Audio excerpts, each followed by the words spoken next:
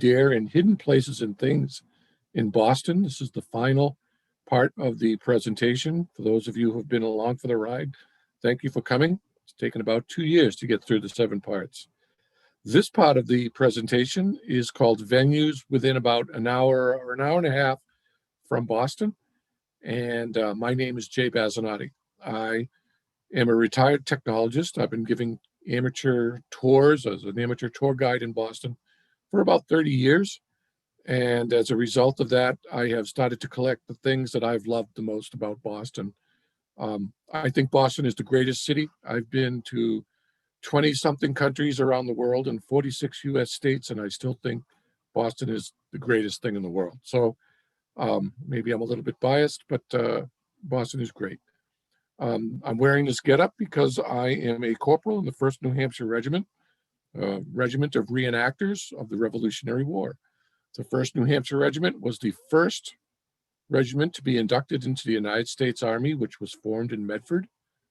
And it was the last regiment to be drummed out of the Army or released from service of the Army in 1789 by George Washington at Boston Common.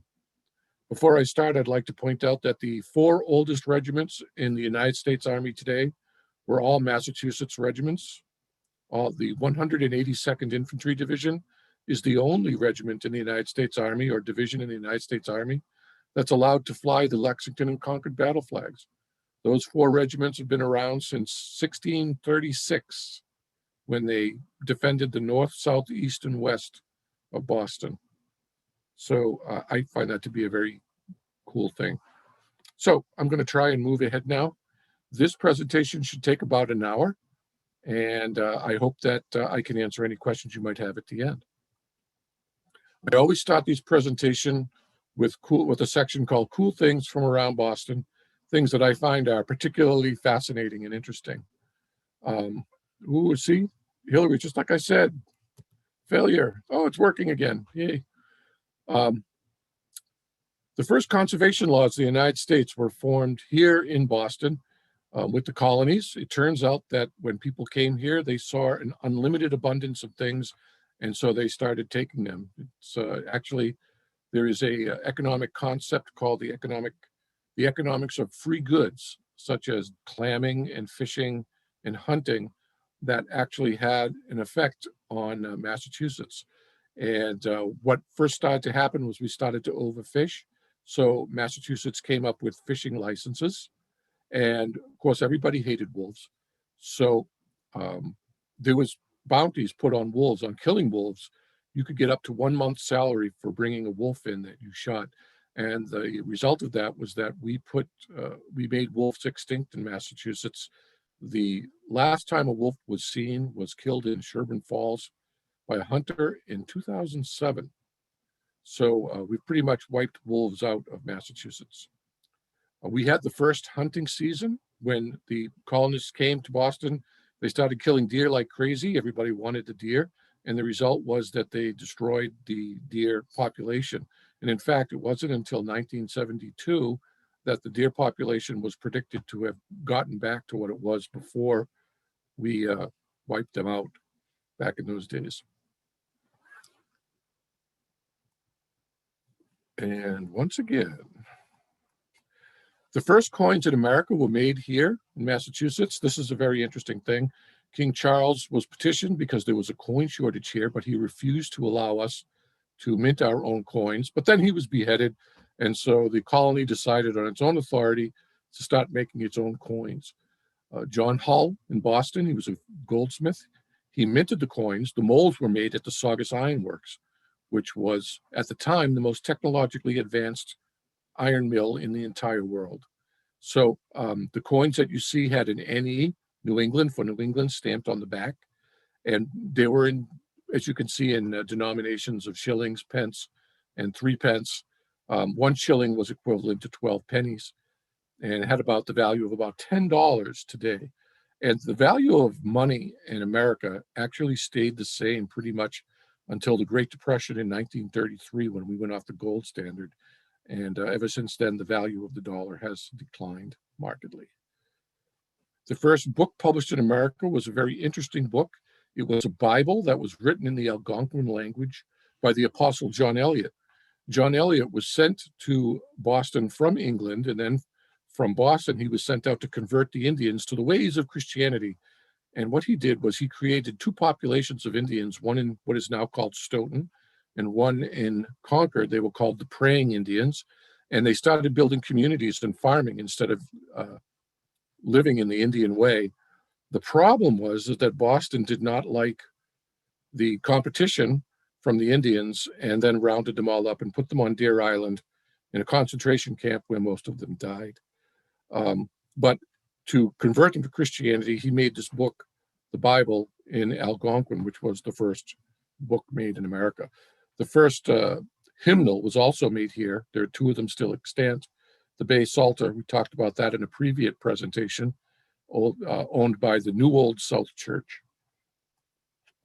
The first game wardens came here in 1739. These were very powerful men that roamed the entire state.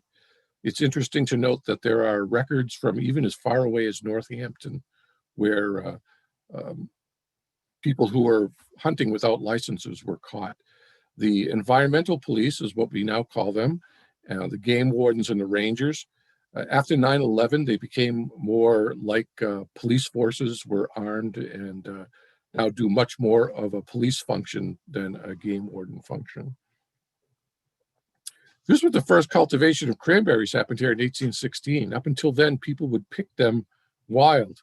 And cranberries around the world now had much of their start here in Massachusetts. Captain Henry Hall was a fighter in the Revolutionary War, and he started the science of cranberry farming. And they are very hard to farm. You have to have the right conditions, and you have to flood them with water and then let the water go down, and then you can harvest them out of the water. By 1900, cranberries were the third biggest crop that Massachusetts was providing to the country, for like something like 40,000 tons a year. Johnny Appleseed came from here in 1820. He was a very peripatetic guy. He and his brother left home at an early age. They did not have any reason for leaving home. Many people thought that he was mentally ill. He was very, very skilled at planting, and he was very religious. And when he traveled around the country, he would stand up during sermons, and he would complain that the ministers were not proclaiming the word of God very well. He considered himself to be an itinerant preacher. And what he did was he established nurseries. He didn't go around planting trees, as the legend says, but he planted nurseries, and then he would make money from licensing out these nurseries, and the trees would be sold. Mostly in Pennsylvania and Ohio. I find this the greatest thing in the world. This is like granulated sugar. Everybody buys a 5-pound sack of granulated sugar at the store, and here it came from Boston. Was where granulated sugar was invented. In this picture, you can see how sugar was sold back in the day. They were sold in cones. You can see the cone on the left, and there was a sugar cruncher. They were called sugar nips, and the sugar would have to be crushed and crushed and crushed with these sugar nips, and then you would get the sugar out of the draw. But the American Sugar Refinery came by and formed in East Boston, and they were able to develop this crushed sugar that they called granulated sugar, and this is now the most popular way that sugar is sold in the entire world. We'll talk about the American Sugar Refinery a little bit later. The Battle Hymn of the Republic, Mine Eyes Seeing the Glory of the Coming of the Lord, was written here by Julia Ward Howe. Her house has got a historic landmark on it on Beacon Street. It was published in the Atlantic Monthly in 1862 during the Civil War, and it was taken up by the soldiers. In fact, it was even taken up by the soldiers of the South, who changed the words to reflect their attitudes, and then it also moved overseas to England, where they took it up as a standard as well. This song has had enormous influence on American culture. It's considered the top 3 patriotic songs, and it was considered Winston Churchill's favorite song of all time, and it was played at his funeral. I love this story here. So nitroglycerin replaced black powder as an important explosive. In those days, black powder was used to break up rock so that tunnels could be dug, and that for the trains in those days. The first use of it in the United States was here in Florida, Massachusetts, the town of Florida, in something that's called the Hoosac Tunnel. The Hoosac Tunnel was called the Bucket of Blood, or the Tunnel of Blood, because so many men were killed in its construction. They were using black powder, which was not very effective at destroying rock, and they would measure progress in inches per day. So when nitroglycerin came, a very interesting thing happened. There were 3 men who were assigned to use it for the very first time, and the 3 men did not get along. And the man who was assigned to detonate the explosive did not wait for the 2 men. His name was George Kelly. He did not wait for the 2 men to run back to the bunker when he exploded the nitroglycerin, and they were killed. 2 weeks later, George Kelly's body was found strangled in the exact same spot where those 2 miners were killed. And nobody was ever prosecuted. Nobody had never knew who did it. But that was the first use of nitroglycerin in America. I actually have one of these bottles, and it actually says, "Drop it and die." It was so explosive that if you jarred it even a little bit, it would explode. And that's what happened when they were building the Transcontinental Railroad. They decided to send to Boston for nitroglycerin, and they sent it to San Francisco. Nobody knew what it was, and they dropped the box, and it blew up part of the harbor. It was so powerful. As a result, they passed laws against using it, and it had to be manufactured on site as opposed to transported. One of the things that the inventor, Anthony Sobrero, in 1847, that he discovered was that the people who were making it would regulate their heart rhythms. And so what he thought, it would be better as a medicine than as an explosive. And in fact, he said it was so dangerous, it should not be made as an explosive. And eventually it was Alfred Nobel, the inventor of the Nobel Prize, who was able to develop dynamite from nitroglycerin and cotton. They call gun cotton. But it was discovered that nitro could regulate your heart, and it's still used today as an important heart attack palliative. This thing is amazing. I recommend that everybody go out to West Boylston to see the Wachusett Dam, the largest hand-dug earth dam in the world. At the time it was built, it was the largest dam in the world. It was even bigger than the Croton Aqueduct in New York, which at the time was the biggest water project in the entire world as well. This was part of the Quabbin Reservoir system, where the Quabbin Reservoir was made to provide water to Boston. We now use about 400 million gallons a day from the Quabbin Reservoir. And there are a series of sub-reservoirs through the Hultman Aqueduct that collect the water. Up until 9/11, anybody could walk across this dam, as you can see the people doing in this picture. Now the dam is only open 1 day a year. There are guards on either end of it. If the dam were to collapse, the entire valley would be flooded. And if you were up on the dam, which I have been, you can see that it would do total disaster to the ground down below. However, the fields down below are quite beautiful, and people get married in the waterfalls from the dam. They hold weddings there. It really is an amazing thing to see, and it's a beautiful drive out there. And I'll talk a little bit about that in another regard a little bit later. Modern boxing got its starting here in 1885. This is a picture of John Sullivan, who was one of the greatest boxers of all time. He was called the Boston Strongman. People still know him today. He was the first boxer to wear gloves in a fight. And when he wore those gloves, he actually lost the fight, the championship fight with John Corbett, who John Corbett then took over the heavyweight champion of the world crown.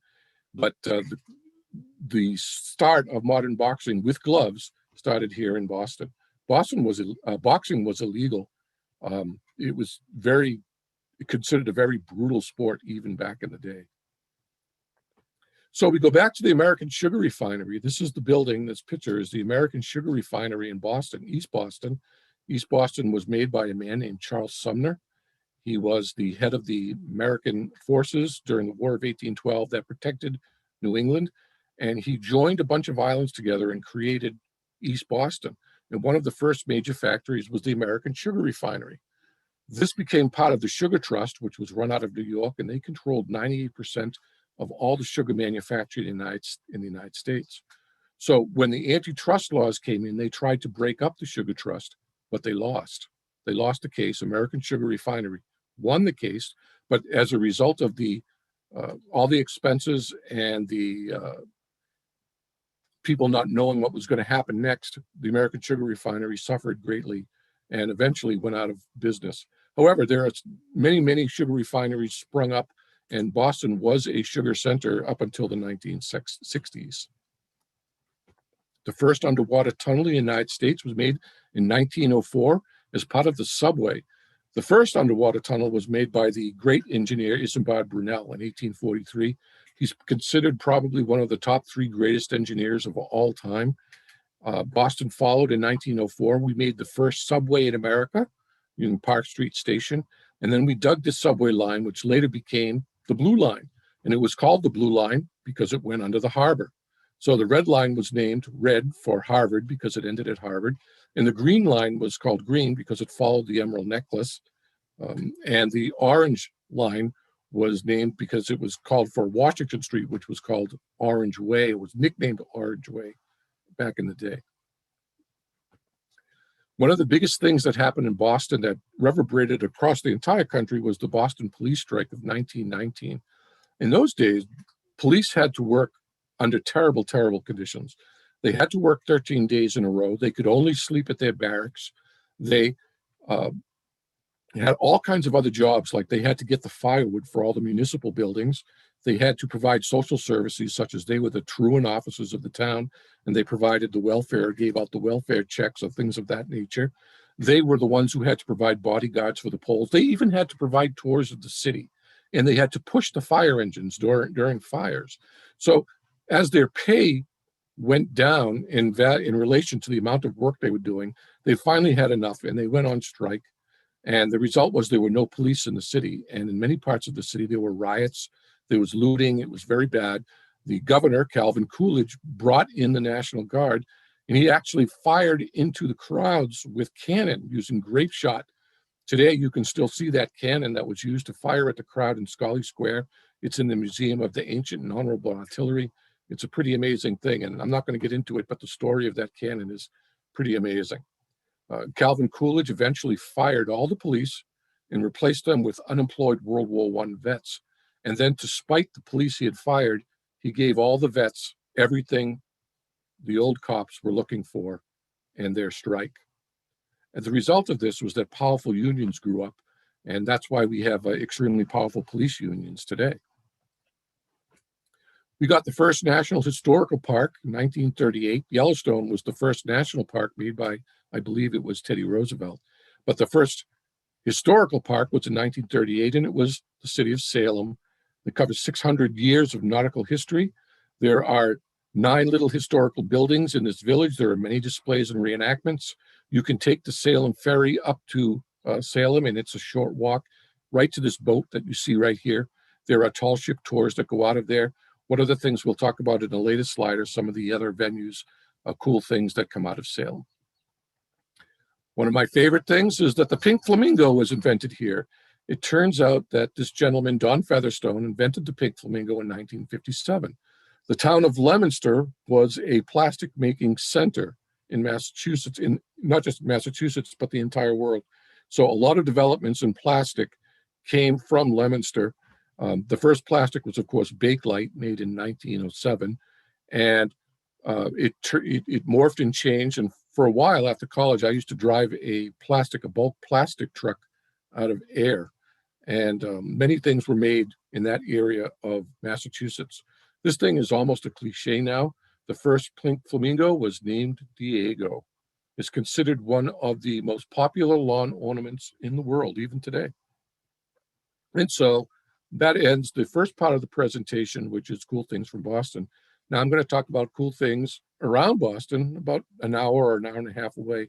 I don't have a slide on what you're seeing here, but I will talk about it a minute, because this is the place that I've probably visited the most out of all these slides. This is the old stone church in West Boylston. If you go to the dam in West Boylston, you might stop and take a look at this church as well. When they made the Quabbin Reservoir, they demolished 4 towns. They burned them to the ground. They dug up all the bodies and planted them somewhere else. And this is one of the last buildings that remained because it was on high ground. All the water that you see is part of the Wachusett Reservoir, that when the Quabbin was filled up, one of the sub-reservoirs, the Wachusett Reservoir, filled in the town around it. The church was set on fire and burned, but they never got around to demolishing it. They put the roof on in like 1990. Up until 1990, it was completely open to the air. There's absolutely nothing inside. People still do get married in there. It is beautiful campground. It is beautiful picnic ground. And it's also a geocaching site. There are over a dozen geocaches in the area. It's very beautiful for biking. A train goes by. As I said, I've been there probably more times than any of the other locations on this presentation. So Plymouth. Plymouth is about an hour from Boston. You can go down there and see where the Pilgrims came. There was a second place they came. The first place the Pilgrims came was Provincetown, but there's no fresh water in Provincetown. So after about a month in Provincetown, they left there and came to Plymouth. So when they landed in Plymouth, this is where they stayed. They took over some Indian encampments. They were able to survive because they killed off all the Indians with smallpox, and they found all the Indians food, and they were able to survive the winter, although 50% of them died in the first year. When you go to Plymouth, you can see Plymouth Rock, which is free. It's not really the rock. It's only been there probably since the 1930s. Every now and then they dump a new rock in. So there's a little fence around it so you can't get too close.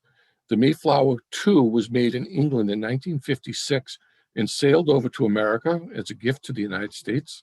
And that's about $15. You can think about it, that little tiny ship, 192 people sailed to Massachusetts on that ship. Pretty amazing. And, you know, they just restored it. They did a complete restoration of the ship at Mystic Village down in Connecticut, which we'll talk about later. I went down to watch them do the restoration, and I couldn't believe how rotten it was through and through. I didn't think they would ever be able to restore it, but they did, and they sailed it back last year, and there was going to be a big celebration, but of course the COVID put the kibosh on that. But I went down to Sandwich, and the ship sailed up the Cape Cod Canal as it was going back to Plymouth. So Plymouth Plantation is also there where the Pilgrims lived. You can go there and see how the Pilgrims lived. It's $32. So I think it's a little bit pricey for what you're seeing, but it is interesting to see how the Pilgrims lived on that Indian land. There was a rope factory here called Plymouth Cordage. It's now a shopping mall. It closed in, I think the 1960s and was abandoned for many years. And I actually went through the buildings in the 1980s, and all the rope making equipment was all still there. One of the interesting things about this is they made all the rope for the USS Constitution. And if you remember the Plymouth automobile was named after Plymouth Cordage because the original Plymouths were made for farmers, and farmers used a thing called Plymouth twine, which came from this factory to bale hay. So that's how the Plymouth car got its name. There is a bar down there called Martini's. This place is so freaking awesome. I hope that everybody will go to it. On Tuesday nights, there is free jazz that is provided by retired Berkeley musicians. And it's quite the thing. You can get a meal and sit in a tiny restaurant and watch great music. This is one of my all-time favorite places in Massachusetts to visit, the Heritage Garden Museums in Sandwich. This is the former Dexter estate. Sandwich was a glass-making center in Massachusetts, and Dexter was a big glass guy in those days. He also was a horticulturalist who crossbred a lot of the varieties of rhododendrons we use today. In fact, he made the only versions of rhododendrons that have odor, that you can smell the flowers. So the museum took over the estate in 1969, and there are two parts of it. One of them is a botanical garden that you can spend an entire day walking around and looking at all the different kinds of plants. It's very beautiful. It's very peaceful. There are all kinds of Zen gardens, but it also has an auto museum with 72 very rare cars. Only 41 or so are displayed at any time, and they rotate the display throughout the year to put different cars out there. But there are many amazing vehicles that you will never see anywhere else. I was just so blown away by going into this. It is well worth the $20 admission. It's also near Scusset Beach, which is an awesome beach and has a snack shop and showers and bathrooms and everything, as well as a beautiful beach right at the end of the Cape Cod Canal. So that is a great attraction that I highly recommend that anybody go visit. The Cape Cod dinner train is also a fun thing. I've done this with girlfriends in the past. This thing is located in Hyannis. You can see it's pretty expensive, $90 to $150 per person, depending upon the class of service that you want. But the train does drive around through all the cranberry bogs and through all around Cape Cod for about 3 hours, and you get a great meal. It also includes some free alcohol. I think the first drink that you get is free, then you have to buy the drinks after that. This dates back, some of the coaches go back as far as 1917. They are Pullman coaches. They're very elegant. It's a very romantic way to spend an evening. This is one of the most unusual things that I have ever seen in my life. The grand illumination of Martha's Vineyard. You can only do it for a very short time. It's on Wednesdays in August from 7:30 to 10. And what happened was, in Martha's Vineyard was a center for religious revival back in the mid-1800s. And these people would come from all over the country to this big tent to listen to these famous preachers. And what they started to do was make these driftwood shacks and these little cardboard shacks that they really were nothing. They would go to great lengths to decorate them. And many of those houses, this entire village is still there with those houses, although it's not used for religious revival meetings anymore. People have bought up these houses, and many of them don't have electricity or running water or heat or anything, but many of them have been made into incredible ornamental cabins for these people to live in. And once a year, they will let people go in. They light up these lights throughout the whole town, and they let you tour the houses and see all the incredible ornamentation that's inside. It is really quite the thing. If you get the chance to do it, I highly recommend it. Provincetown is about 90 minutes from Boston if you take the fast ferry. The fast ferry is $90 round trip. This is the first place the pilgrims landed. There are many, many, many things to see here.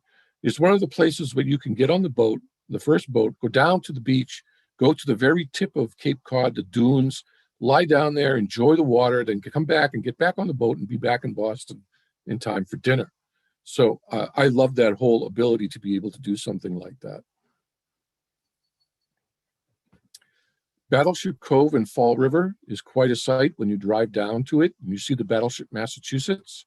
The Battleship Massachusetts engaged in one of the last battles between battleships in the world. There was the Battleship Massachusetts fought the John Bart when the United States invaded during Operation Torch in World War II. So this museum is the largest collection of World War II ships, and not just World War II ships, but ships post-World War II from other nations as well. There are minesweepers and destroyers and cruisers from other nations. They have 2 PT boats, one of the few places where you can still see PT boats left in America today. It's $25 to get in. You could not see this whole thing in a day. If you do go, my big recommendation is to go into the Battleship Massachusetts and be sure to see the engine room. It is absolutely astonishing to see how these ships worked back in the day. Now we're back to Salem again. Salem is part of historic Cape Ann, where there are very, very many attractions. It's well worth a trip to go up there. You can get there many ways. You can drive up. You can take the train. I always take the shuttle. The shuttle is a little bit expensive at $40 for round trip, but you don't have to worry about parking, and you can walk everywhere. So some of the attractions are the House of the Seven Gables, which is from the famous story. It's also one of the oldest houses in America. It's $10. There's the Witch Museum, the Maritime Museum, which is run by the US government and it's free. There's the tall ship fame. Oh, I should have put that in quotation marks, but I didn't. $50. There are other tall ships that you can take lunch cruises on, but probably the jewel, in my opinion, of Salem is the Peabody Essex Museum, which is $20. It is one of the most underrated museums in the United States. The amount, the quality, the quantity of exhibits that they have there, particularly the American furniture exhibits, are just astonishing. They actually have an entire house that they brought from Japan and built inside the museum, so you can see how a bamboo house looked in Japan back in the day. America's first millionaire came from Salem, Elias Haskell Derby, and that's why everything up there is named after him. Other famous men that came from there were Nathaniel Bowditch, who in the 1700s made the most accurate navigation tables in the world, and is still used today, is required to be carried on every American warship. And Nathaniel Hawthorne also came from Salem. So if you've never been to the water fire on Federal Hill in Providence, this is well worth the visit. Look at the people in this picture. It is so incredibly crowded. It is so excellent to go down there. So back in the old days, Providence was a big mill city, and they had these canals that they would use to move supplies and goods throughout the city.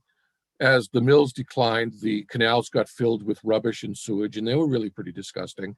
And then this installation guy decided to clean them up and make an art event. It was only supposed to be a one-time event, but it was so possible, it became so popular that they did it over and over again. They do it about 8 or 10 times a year now, twice a month in the summer. Tens of thousands of people come from all over. There are restaurants and outside food venues. There are people doing tricks and shows. It's on a warm summer night. I can't think of a more exciting adventure to go than to see the water fires. They also have little Venice boats that you can hire to go around these fires if you want to, but they're really expensive. Nearby is Federal Hill. You could actually almost walk to Federal Hill from the water fire, which has some of the best Italian food outside of the north end of Boston. They have the best Italian grocery stores, and it was the site of the 1914 macaroni riots that swept out the Republicans and pit the Irish against the Italians over price gouging on semolina back in those days. There was a lot of anti-Italian sentiment, and they finally fought back, and they got some new laws and rights as a result of that, of those riots. And we don't hear anything about it now, but back in the day, it was a huge thing. All across the country, people were talking about it. So this is something that you can only do in the fall, but if you go down to Carver, there are cranberry bog tours where you can actually assist in the harvesting of the cranberries. And what'll happen is they will flood the bogs with water, and then they will wrap barriers around the cranberries, and then they have a truck come in and they suck them out and they dump them into a big dump truck. And then they take them to the ocean spray plant. And this is really pretty amazing because when they get to the ocean spray plant, the way that they dump the truck is they lift the entire truck and spin it upside down, and all the cranberries go into a big hopper. And then they turn the truck back upside right again, and it's empty, and it drives back to get another load. So that is something that's interesting to do, and it's fun. I've done it. The Edaville Railroad theme park in Carver as well. This has changed many times over the year. As it turns out, it started as America's first theme park, and it was the first heritage railroad in America, which meant that it used old steam engines. And the steam engines all came from Hiram in Bridgeton, Maine. And it turns out I actually have a house up there, and the old railroad lines are still there where these trains were. In those days, they couldn't afford to have full-size trains, so they had what was called narrow gauge, about half the size. These are like little toy trains, and if you ever go on them, you'll see it's amazing. They're almost like toys when they drive around, but back in the day, they did all kinds of things. They did logging, they hauled goods up to Maine, fertilizers, they brought vegetables and fruits down to Maine, to Boston, or to Portland, where they could get on real trains. And when they closed in 1948, this guy bought up all these trains and he brought them down to Edaville. Then Edaville went bankrupt and they changed. And there's only one steam train left now there. But now what it has become a big family theme park with all kinds of other rides and attractions. This is also one of my favorite things. This is the SLATER mill in Pawtucket, Rhode Island. This was the actual first mill in America, even before the American Manufacturing Company that was made by Lowell in Waltham. The SLATER mill changed America. It actually changed a lot of that section of Rhode Island all the way up to Worcester. They used water to make the machines work to spin cotton into textiles. And this is where we first got the idea of the time clock for coming to work. What would happen is at 7 o'clock, they would ring the bell and the workers would come out of the field to come work in the factories. And they hated it. Up until then, there was no like real time clock.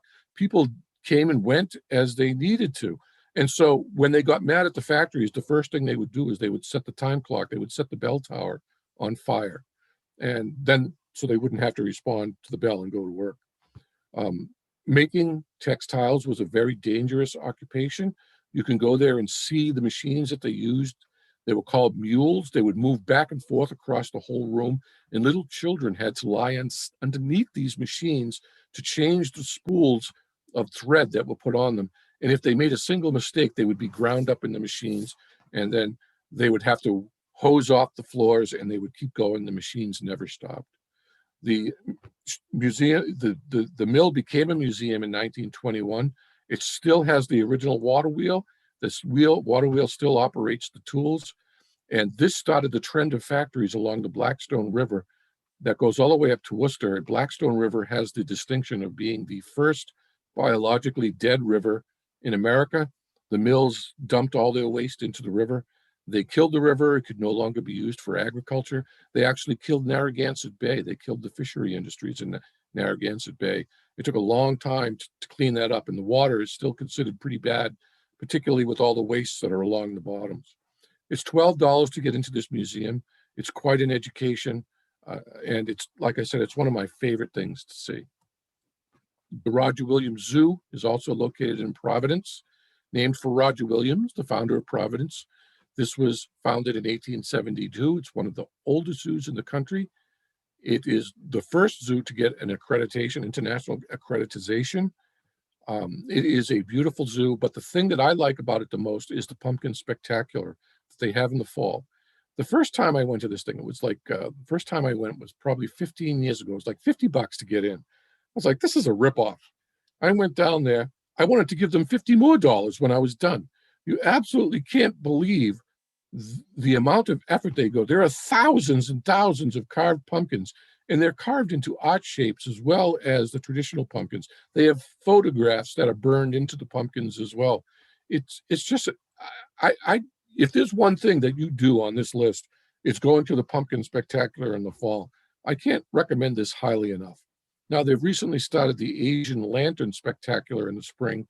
I've never been to it, so I don't know if it's good. And COVID has affected everything anyway. But if you go to the Roger Williams Zoo, that's great. But go to the Pumpkin Spectacular at Halloween time. You will not be disappointed. Absolutely amazing, astonishing in its scope. This is one of my most favorite things as well. The Rail Riders down in Portsmouth. This is near Bristol, Rhode Island. And what it is, it's an abandoned railroad. And what they do is they rent you this little pedal car, and you go for 3 to 6 miles along these abandoned railroad tracks. And it goes by the ocean. It goes through the woods. You can see some pretty amazing scenery, and it's quite a workout to get on this track. And you can get up to some really high speeds by pedaling really fast. Now, what they do is they separate the cars a lot so that you don't bunch up with the other people that are doing it. And then they bus you back to the parking lot. But once a day, if you're lucky and you want to, they will let you pedal back to where you started as well, because, you know, they got to return all the cars back to where they started. You can buy these, by the way. You can buy these little rental cars. They're about $5,000. And if you know where some abandoned railroad tracks are, you can go drive it around yourself. So in Massachusetts, we have this thing called Free Fun Fridays. And what it is in the summertime is they allow you to go to many venues and museums for free. And that's how I originally came to go to the Massachusetts Horticultural Society out in Wellesley. This is right near Wellesley College. 36 acres on the Charles River. There are walking and running paths, soccer fields, and this horticultural park where they do all kinds of experimentation for plants. Many people use this venue to get married. As you can see, it's quite beautiful. The mansion in the background is completely abandoned and it's closed off. You can't go in it. Nobody could go in it. They tried to restore that mansion. However, in the 1980s, the guy that was in charge got caught with embezzlement, and the Horticultural Society went bankrupt, and they've had troubles trying to get back on their feet ever since. However, this is well worth going to visit. It's $10 to get in, but if you go on Free Fun Friday, it's free. In Quincy, which is actually pretty close to Boston, we have the Adams Historical Site, which is a series of 11 buildings, church and artifacts for the 2 presidents that came from Quincy. It became a National Historical Park in 1998. There's a little trolley that drives around the buildings, and a guide will give you the tour of the place. It's $15 admission, but you can go back day after day for 7 days. And it's nearby the Blue Hills, which I've talked about in many presentations, and I could give an entire presentation just on the Blue Hills. I've been there hundreds and hundreds of times. And it's the whole area has really got a lot of things that are worth seeing. I grew up in Dedham, Massachusetts, and one of the proudest things for me Growing up there was the Fairbanks House. It's the oldest wooden house in America, which dates to 1636. It's been owned by one family during the entire time, and I believe it is still owned by the same family, the Fairbanks family, of which actor Douglas Fairbanks Jr. was a member of that family.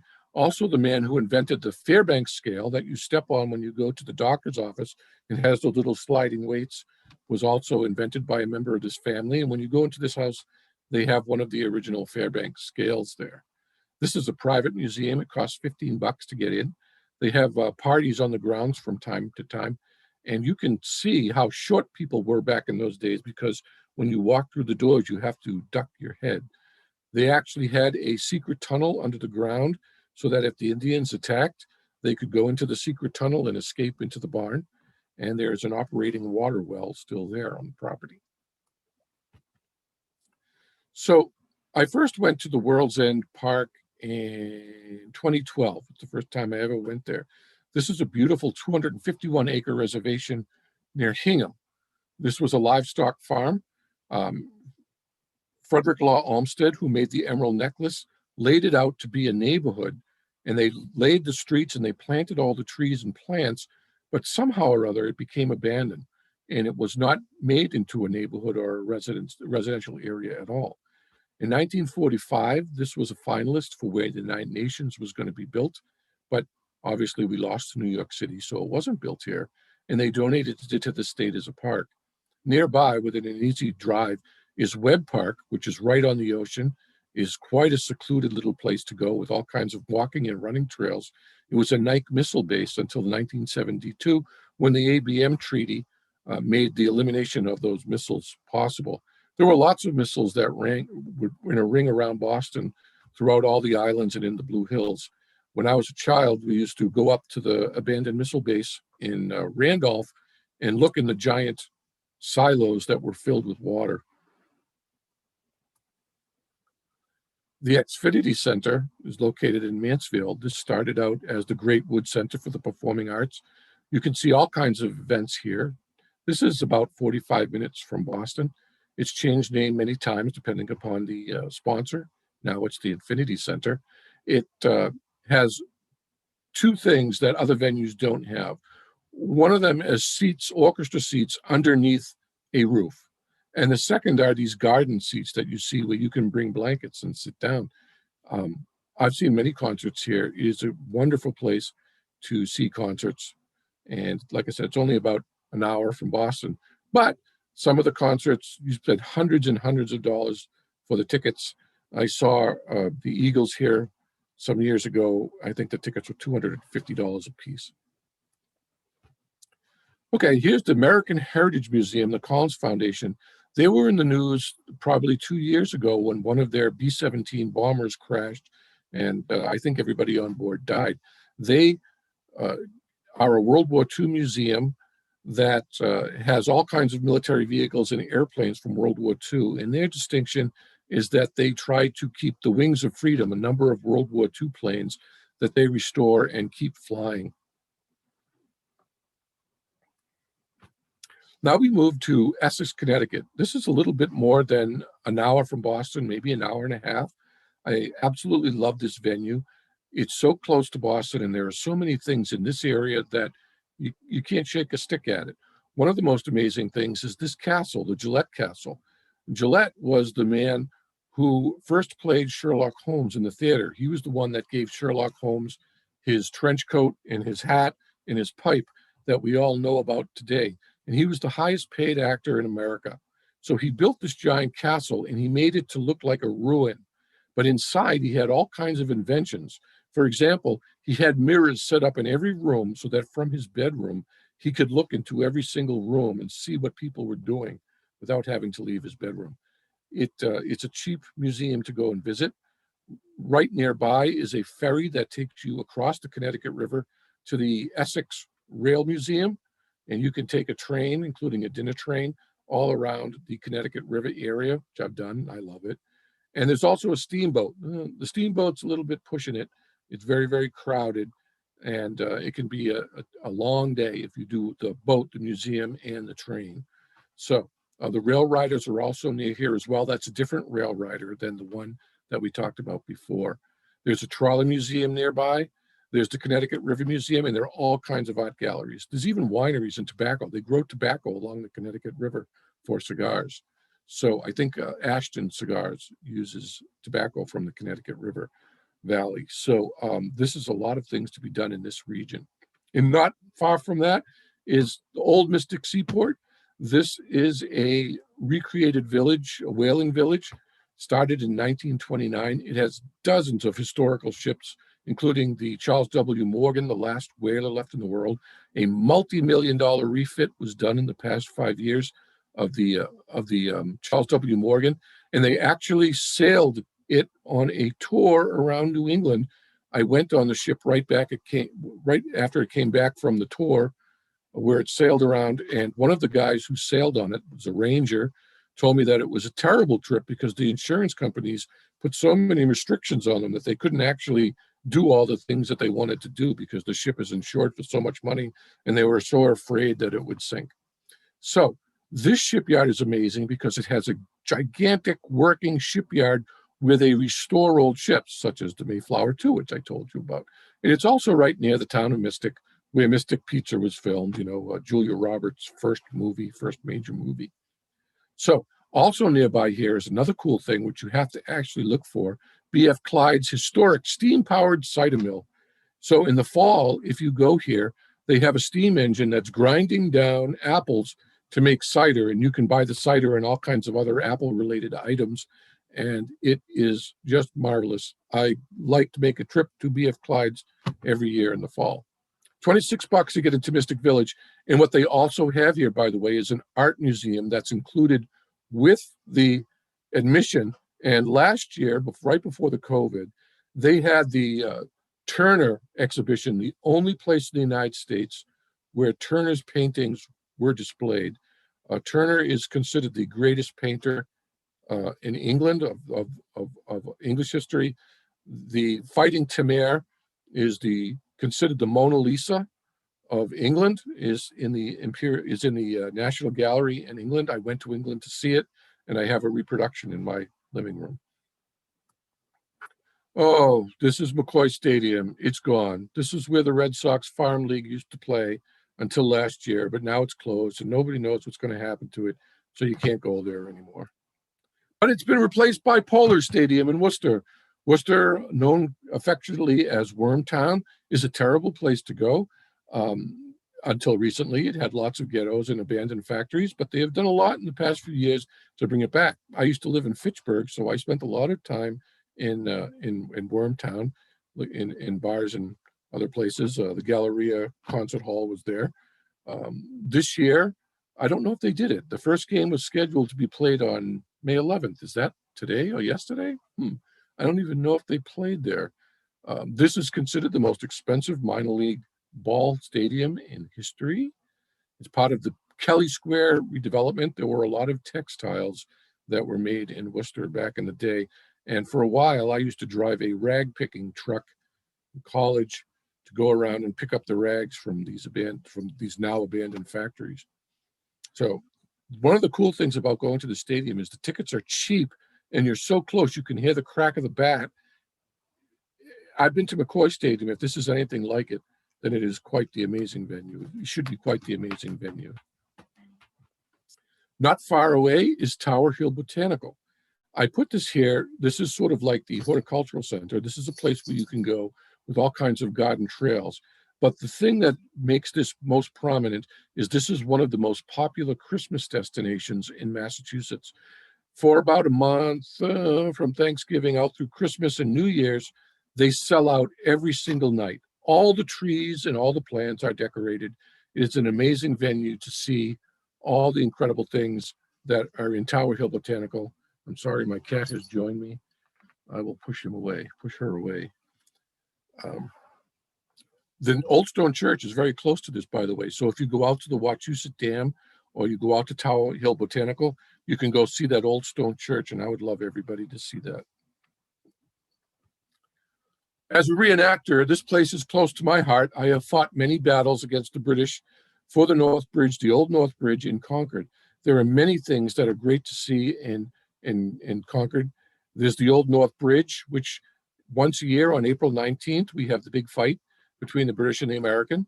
It is a very solemn place because there are British soldiers who are buried here right at the foot of the statue of the Minuteman leaving his plow. There's a lot to see in that area. There's a museum that is free where they will show you the whole outline of the battle in little models. The Nathaniel Hawthorne House is on the property. And then, of course, there's downtown Concord, which are all kinds of galleries and restaurants. And my favorite, which is the Old Colonial Inn. It's a great place to go for a drink. It's traditional, original inn from colonial times.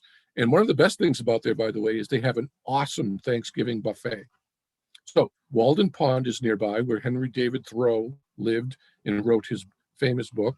And this is kind of funny, which makes me kind of sneer because, you know, Henry David Thoreau was trying to talk about how he was going out in nature in the wilderness, and he was only a mile from Concord Center. So it's not like he was like far, far away from what he was doing. So when you start realizing the interconnection of all these things, it's pretty amazing. Battle Road is here. This is a National Historical Park. You can walk it and see how the battle fought on April 19th. I have done it. Sometimes we have to go out at 2:30 in the morning and start walking the entire Battle Road to get ready for the first battle at 5:30 in the morning. It's beautiful. It is totally restored by the government and is well taken care of. Strawberry Bank is another historical city from the time of the old colonial times. It's the oldest neighborhood in New Hampshire, started in 1630. This skating rink that you see down here was once connected to the ocean, and ships would sail right up to this town. It became a museum village in 1950. It is absolutely incredible. You could actually walk through this village.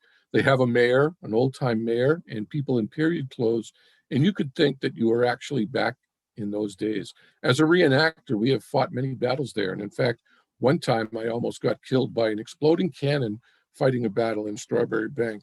And it was very, very exciting in my memory because I survived. So there are all kinds of special events, especially around Christmas. It is a beautiful place to go on Christmas. One time I went there and they had a cooper making barrels, and he gave me a powder barrel, which I still have. It's one of my prized possessions. This place, again, be a reenactor, is very important to me. It's the Museum of American Independence in Exeter, New Hampshire. This is in the Lad Gilman House, which was the center of was the capital of the American independence armies in the North. And what this building's claim to fame is they have the original copy of the Declaration of Independence called the Dunlap Broadsheets, which has all the pencil corrections from all the founders. So you can go into this museum and forget about all the other cool things that are there, because there are a lot of cool things there. And you can look at the original Declaration of Independence with the handwriting of the authors. Every time I think about that, it makes my little heart go pitter-patter. It is one of the greatest things in my mind in America to be right here, so close, to be able to see that. Maybe you don't really care about that period as much as I do, but to me, it's just absolutely heart-stopping. But okay, they do have an excellent festival that runs for a few days in the summer, and the entire town is closed off, and they bring in all the reenactors, and they will do all kinds of demonstrations of how people washed their clothes, or how they made barrels, or how they made linen. This was a big linen center. Linen is made from a reed. That's what all the ship's sails were made from back in those days. And if you can spare some time in July, it's worth a visit to go up there to that festival. Another place that is very close to my heart is Halibut Point State Park in Rockport, going up to the north. This is about an hour from Boston. This was one of the first quarries in the region. They were quarrying granite from 1840 to 1929. Now you can see the quarry is filled with water. It's about 200 feet deep. They don't let you swim in the water. They say it's polluted, but I don't think that it is. I think they just don't want you to go in there and drown, because people do drown in the deep water a lot. But one of the things about this that you can't see from this picture is it's right on the coast, and the waves crash on the shore, and there's a little rock cairn exhibition there, which is quite extensive, and the park is free. The tower that you see there was built during World War II to look for invading German ships, that there was going to be an invasion, and to look for submarines. And you can go up there and look out at the ocean. And there's a quarry museum in the Boston, in the bottom. And nearby is Rockport, where there are all kinds of galleries and museums. And motif number one, which is considered the most photographed thing in New England, it's a Red Lobster house. Also nearby is the Hammond Castle, located in Gloucester, built by John Hammond in 1926. It's 4 different styles of castle that are combined into one. Hammond was a self-made millionaire who had over 100 patents in remote control and propeller pitch technology. And the remote control that you use for your Netflix today had a lot of its origins in the work that he did. This became a castle after his death in 1964. It had the world's biggest pipe organ, which was working until 2004, but lack of money made it fall into disuse. It doesn't work anymore. It is near the Stage Fort Park, which was a big fort that had cannons pointing out to sea to stop the Portuguese from invading America back in the day. And it is also near Half Moon Beach. If you go to Gloucester, this is a secret little hidden beach, and it's tiny. If you can get to go to see this beach, it is one of the greatest beaches around. And I hope that you get to go see it. The Wolf Hollow Sanctuary is also not that far from here, but in a different direction, up in Ipswich. This started in 1988. As I've told you before, we hunted the wolves to extinction. So this sanctuary was made as a way to bring the wolves back. And what they do is you can't walk through the park, but apparently they have a stadium where you can overlook the exhibition where trainers will give you talks about the wolf. Now, I was saying to myself, I'm going to be honest with you here. I have never been to this, but I have friends who've been to it who say that it's pretty incredible. And they say that it sells out all the time, even though the tickets are $100. So the Saugus Ironworks is also a great thing to see because it actually works a little bit. Back in the day, they wanted to bring some mill work to America, so they built this thing called the Hammersmith Works in 1646. And what would happen is there was a lot of iron ore. And behind that building on the left is a great big cliff. And they would pour that iron ore into a hearth where it would be stoked with wood and coal. And the iron would run out in puddles. And then when it cooled, they would drag it over to these buildings where the water wheels would have giant trip hammers, which would pound it into bars. And then they could slit it into all kinds of materials that could be carried on horse carts or on ships throughout all of New England. So this thing was the most technologically advanced iron mill in the entire world, but the owners of it were embezzling money like crazy, and it went out of business in 1670. In 1898, the rubble of this was finally rediscovered, and they decided to make it into a historical site in a park, and it's run by the National Park Service. It's a federal park, and it's free. The Stone Zoo is located to the west, further to the west, far from Saugus, actually. Not even an hour from Boston, maybe a half an hour from Boston. It's located in Stoneham, named for a former director. It's one of 2 zoos in the Boston area, the other being the Franklin Park Zoo. This zoo is geared primarily towards children, and it's part of the Franklin Park Stone Zoo organization. It's on a 2,500-acre reservation that has a fire tower, and you can actually climb up to the top of the fire tower, and there's a lot of cool things to do around there.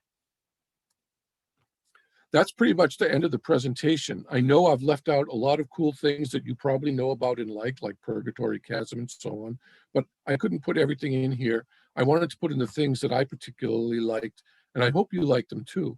If you go much further away, like 2 hours, you can go to Old Sturbridge Village, which is quite popular. There's the Basketball Hall of Fame and Springfield Armory in Springfield, and the Big E, which is one of my favorite things to do every year, which is the biggest park, the biggest carnival in New England. And they have it for about a month in the fall, starting in September. And they have food and rides and animals and all kinds of fun things. Quite a great thing to do. And then Six Flags Amusement Park, which is a gigantic amusement park, is not that far away either. So that's the end of the presentation, and that's the end of the series. I thank you if you have stayed with me this long, and I appreciate your attention. And if you have any questions, please feel free to ask them now. By the way, this is a Rolls-Royce. Springfield was the only place outside of England where Rolls-Royces were ever made for 20 years. And this is one of the Rolls-Royces that was made in Springfield. So Jay, thank you so much for that very informative presentation. We do have a few questions that came through. So the first one was just a clarification. Someone was wondering what the name of the bar in Plymouth where jazz is played is. They missed it when you said it. Martinis, like the drink? Martinis, okay, and that's in Plymouth. Yeah. The second question was going all the way back towards the start of the presentation. Someone was wondering why the Orange Way was the nickname for Washington Street, if you know that. You know, this is really funny. I'm gonna fail on this. I actually researched this because I had the exact same question, and the reason escapes me now. Okay. Just for this presentation, I looked it up and it's gone from my head. Well, that's something that will remain a mystery, but maybe we can figure it out and send it out with the recording. There's a lot written about it, so you can easily look it up. But you know, I can only cram so much stuff inside these days. And so then the last question that we have here, which I think is going to be a real thinker. If you had to pick one or two, absolutely don't miss this type of places or attractions, which would you pick? From this presentation or from everything? From this presentation. That is a really hard question. I would say my favorite thing out of all of these, and I'm going to scroll back to the slides, is probably Mystic, Connecticut. I love this village so much, and there is so much to see and learn, not just in this village, but in the 10-minute diameter drive around it, that if I could only pick one thing to do on this entire presentation, this would be it.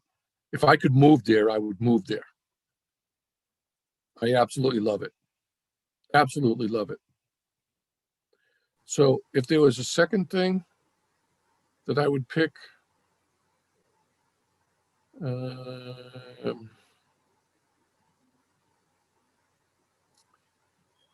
it's either the Heritage Gardens or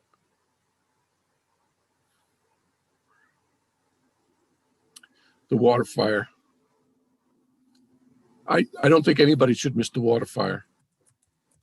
If you have a romantic partner on a summer night, this is the place to take them on a date. Absolutely astonishing in its scope.